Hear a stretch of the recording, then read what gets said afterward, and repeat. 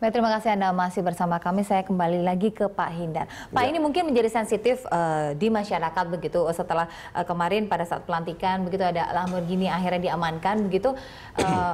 Tadi Bapak juga sempat menyebutkan masyarakat bertanya berani tidak polisi begitu. Mungkin stigma yang ada di masyarakat adalah karena mobil mewah, pemiliknya siapa, dan mungkin ada backingannya juga begitu dari pihak kepolisian sehingga polisi tidak berani menindak. Tanggapannya bagaimana, Pak? Ya, ini kan sudah tahun 2014 Mbak ya. Kok dikatakan tidak berani? Selama ini yang kita lakukan penangkapan tidak ada yang terus memberikan tekanan terhadap kepolisian. Tidak ada. Kalau itu memang salah ya sudah kita katakan salah. Kalau sampai kemarin ini kita lakukan penertiban ini, mungkin kita juga tidak lakukan penertiban sampai kita tahan kendaraannya sampai betul-betul bisa bukti. Tapi kalau memang tidak bisa membuktikan, ya silakan. Ini kan kita berbicaranya, jangan dikatakan sampai polisi hanya tajam ke bawah saja, ke atas takut-takut gitu kan. Berarti ya, sekarang tidak ya Pak ya? Bukan tidak. Berani ya Pak? Ya, gini, kita semuanya ada porsi masing-masing. Kita lakukan itu. Porsinya kita ini kan, kita serahkan. Semuanya tertibkan. Jadi jangan sampai kita hanya menertibkan mobil-mobil kecil. Mobil mewah nggak ditertibkan. Harley udah kita tertibkan. Memang banyak masih ya mungkin mobil-mobil motor-motor juga yang masih bodong. Ya silakan aja, nanti kalau ketangkep ya resiko. Ini sistem yang berjalan, jadi bukan karena Kasudit Gakumnya saya juga, ini sistem harus berjalan.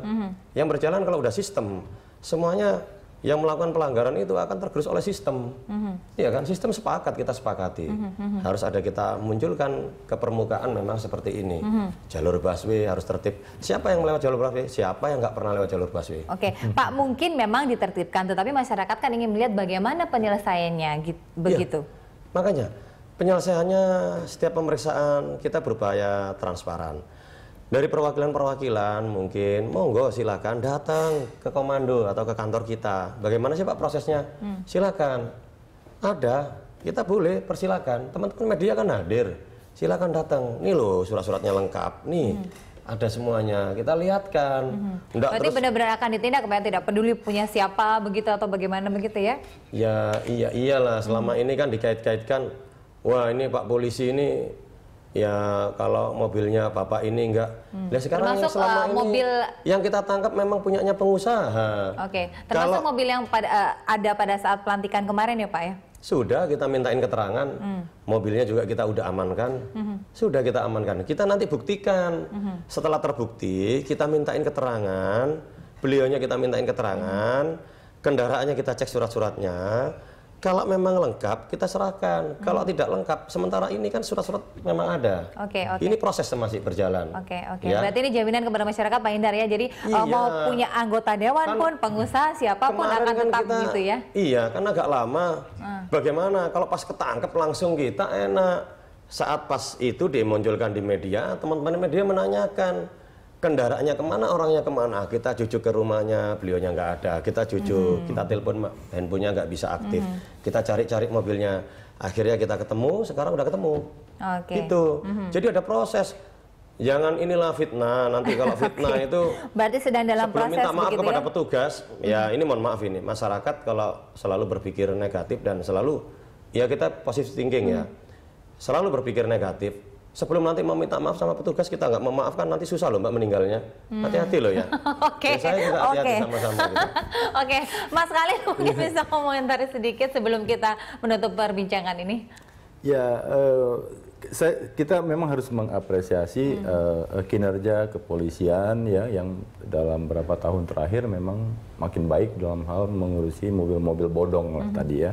Saya ingat beberapa tahun yang lalu, nomor bantuan itu yang celah yang sekarang udah ditutup ya. Nah di sisi lain karena APM banyak yang udah resmi masuk, jadi masyarakat bisa membeli secara sah, legal. Dulu susah memang. Nah masalahnya adalah tadi itu sangat lama proses dokumen keluar Pak. Ya. maunya semua orang adalah kalau hari ini saya membayar 10 miliar dan itu uang tidak sedikit loh ya. Saya kepengen hari itu juga bisa memakai.